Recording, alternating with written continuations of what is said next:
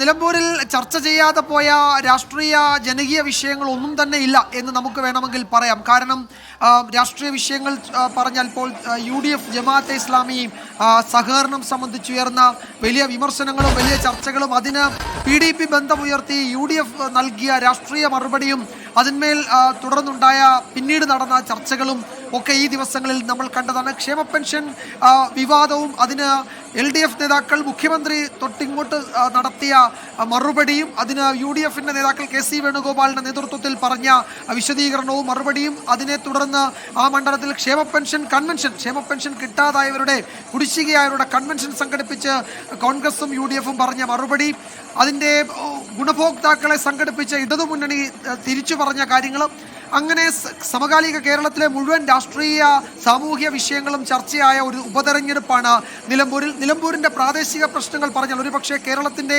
മലയോര മേഖലയിലെ ഏറ്റവും പ്രധാനപ്പെട്ട പ്രശ്നങ്ങളായ മനുഷ്യനും വന്യജീവികളും തമ്മിലുള്ള സംഘർഷം, അതിനെ കേന്ദ്രീകരിച്ച് ഈ ദിവസങ്ങളിൽ നടന്ന ചർച്ചകളൊക്കെ നമ്മൾ കേട്ടതാണ്. അതിൻ്റെയൊക്കെ ഉത്തരം തരാൻ പോകുന്നതിന് മുന്നോടിയായി പരമാവധി പ്രവർത്തകരെ, അണികളെ ഒരു വേദിയിലെത്തിച്ച് വലിയ കരുത്തു കാട്ടുക എന്നതാണ് നമ്മൾ ആകാശ ദൃശ്യങ്ങളിൽ കണ്ടതുപോലെ. മനുഷ്യ മഹാസമുദ്രങ്ങൾ അത് ചെറിയ ചെറിയ അരുവികളായി ചേർന്ന് നിലമ്പൂർ അങ്ങാടിയിൽ എത്തുമ്പോഴേക്കും ഒരു ജനസാഗരമായി മാറുന്നതാണ് നമ്മൾ കണ്ടത്. റാഫി കരീം ഈ സംഘത്തോടൊപ്പം നമ്മളോടൊപ്പം ചേരുന്നുണ്ട്. ഏതോ ഒരു സംഘത്തിനൊപ്പമാണ് UDFിന്റെ വാഹന പ്രചാരണ അല്ലെങ്കിൽ ആ റോഡ് ഷോയ്ക്കൊപ്പമാണ് റാഫി ഉള്ളത്. റാഫി, ഞാൻ ചോദിക്കുന്നത് കേൾക്കാമെങ്കിൽ എന്താണ് അവസാനവട്ട പ്രതീക്ഷകൾ കോൺഗ്രസ് ക്യാമ്പിന്റെ UDF ക്യാമ്പിന്റെ അവരുടെ അവസാന ലാപ്പിലേക്ക് എത്തുമ്പോൾ കോൺഗ്രസിന്റെ ആത്മവിശ്വാസം എത്രത്തോളമുണ്ട്, UDFിന്റെ ആത്മവിശ്വാസം എത്രത്തോളമുണ്ട്?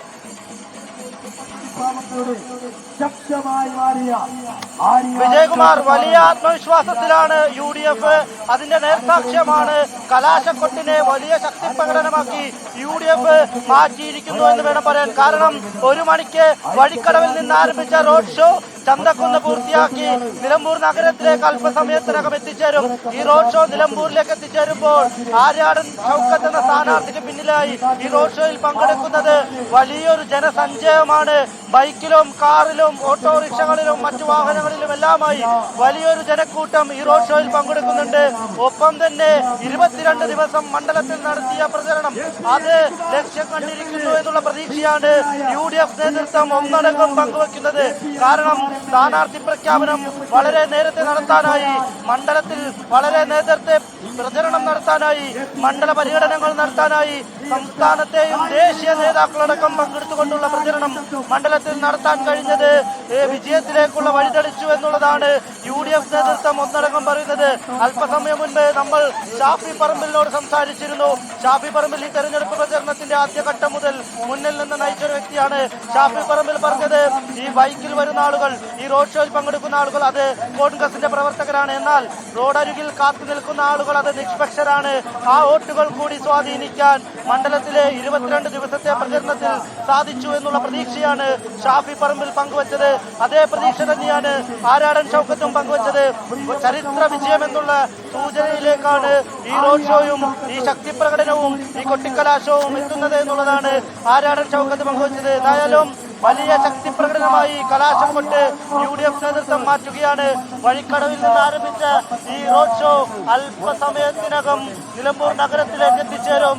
UDF തീരുമാനിച്ചിരിക്കുന്ന, നിശ്ചയിച്ചിരിക്കുന്ന സ്ഥലപരിധിയിൽ നിന്നുകൊണ്ട്, സമയപരിധിയിൽ നിന്നുകൊണ്ട് വളരെ വലിയൊരു റോഡ് ഷോ നടപ്പാക്കാൻ, ഈ വലിയ ശക്തി പ്രകടനം നടത്താൻ UDF നേതൃത്വത്തിന് കഴിഞ്ഞിരിക്കുന്നു എന്നുള്ളതാണ്